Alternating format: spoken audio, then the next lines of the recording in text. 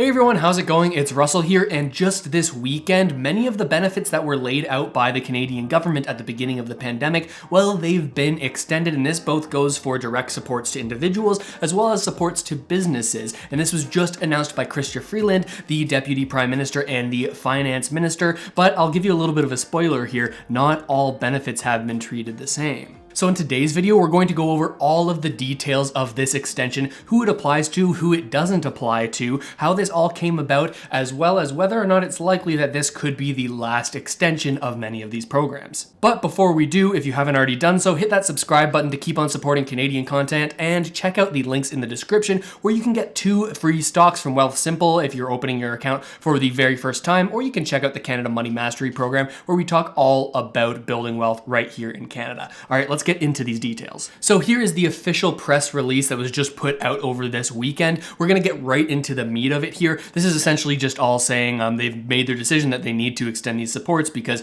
we've had a sort of uneven reopening across the country. We're gonna go over each of these points here for these extensions, but then there are some nuances here that we're gonna talk about afterwards that may apply to you, so make sure you stay tuned for that. We're gonna start in here and say that they have extended the eligibility period for the Canada Emergency Wage Subsidy and the Canada Emergency Rent Subsidy and lockdown support until October 23rd, 2021, and increased the rate of support employers and organizations can receive during this period between August 29th and September 25th, 2021. So this is an extension that applies mostly to business owners, but they've actually made it so that all these supports seem to be lining up on the same day, and that is October 23rd, 2021. Then they get into the Canada Recovery suite of benefits, and they say that they're going to extend the CRB, the CRCB, the Canada Recovery Caregiving Benefit, and the Canada Recovery Sickness Benefit until that same date, October 23rd, 2021. But this extension doesn't look the same between the CRCB and the CRB. Here it says that they're increasing the maximum number of weeks available for the CRB by an additional 4 weeks to a total of 54 weeks at a rate of $300 per week, and ensuring it is available to those who have exhausted their employment insurance benefits. So a couple key things to note there is that they're only increasing the maximum number of weeks available for the CRB. For the Canada Recovery Caregiving Benefit, the maximum number of weeks or periods was 42 periods or 42 weeks, and it didn't receive the last extension, and it's not receiving this one either, but many people who have been qualified for the CRCB are actually also eligible for the CRB. Double check for yourself, but that's what many people have done. They've sort of transferred over to this new CRB that's been extended. This rate of $300 per week may sound familiar. Now for the CRB, it's a little bit odd that they're counting this in a weekly basis because you do apply every 2 weeks, and the new amount is $600 per 2-week period, but when that hits your account, once they take the tax away, that'll actually be $540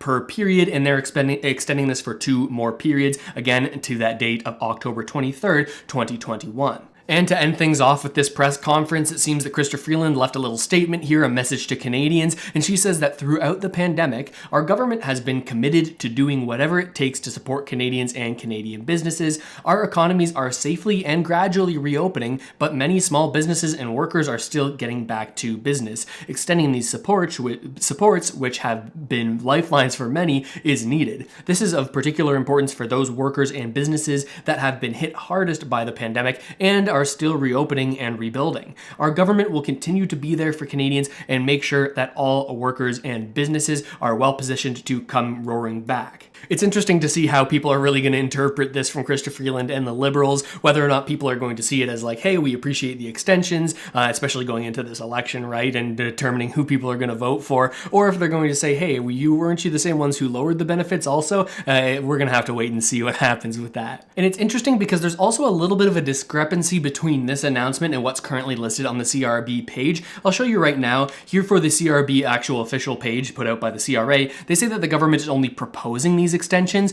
but this is very likely to be a sure thing, and that's for one reason. It's the fact that this is actually something that they're able to do through regulation, not through legislation. With previous extensions of the benefit, they've had to actually draft new legislation, get it passed through the House of Commons, which can be a lengthy process. But in this instance where they've extended it, actually the previous extension, they wrote into that bill the ability to, through regulation, not legislation, extend the benefit up until a maximum of the end of November November. So now it seems like they're sort of allowing themselves to use this flexibility that they wrote into the previous bill to extend this one additional month, and they could potentially extend it one additional month again to that final end date for the CRB, which is, I believe, November, late November. If there were any extension to any of these programs past that late November date, it would have to be going through the entire legislative process, which might not even be able to happen at that point if we are in the midst of an election, like many people think we may be,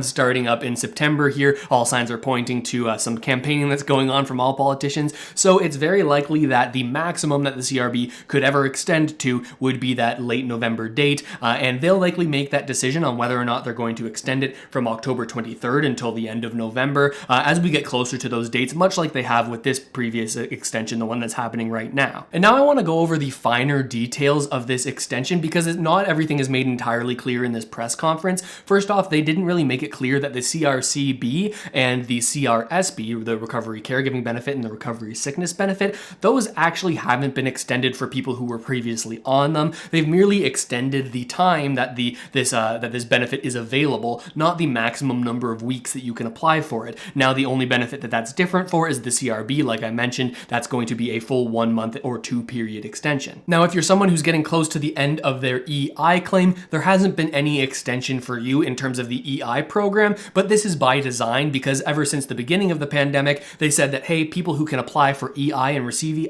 EI, we want you to do that, and when your EI claim runs out, then you can transition into the CRB or CRCB or CRSB benefit if you're still unable to find work. So likely people who are finishing up on their EI claims after a year since their claim, their original claim, they are going to be able to transition and have actually a couple more periods here where the CRB actually still exists before it ceases to exist at the end of November, again, if they don't decide to write and draft new legislation. This does also extend the amount of time that people who haven't applied for every single CRB benefit can receive the full $1,000 amount or $900 that goes to your bank account after they take away the 10% tax. You might remember that there was a recent reduction to that new $600 or $540 amount, but that was only for people who have applied for every single period or new applicants to the program. If you're somebody who's in the unique situation where you applied to the CRB maybe sporadically throughout the past year, well, this actually does give you more periods to apply for in which you can receive that full $900 amount every 2 weeks until the end of the program or until you reach the point where you've applied 21 times when it's set that it goes down to the lower amount.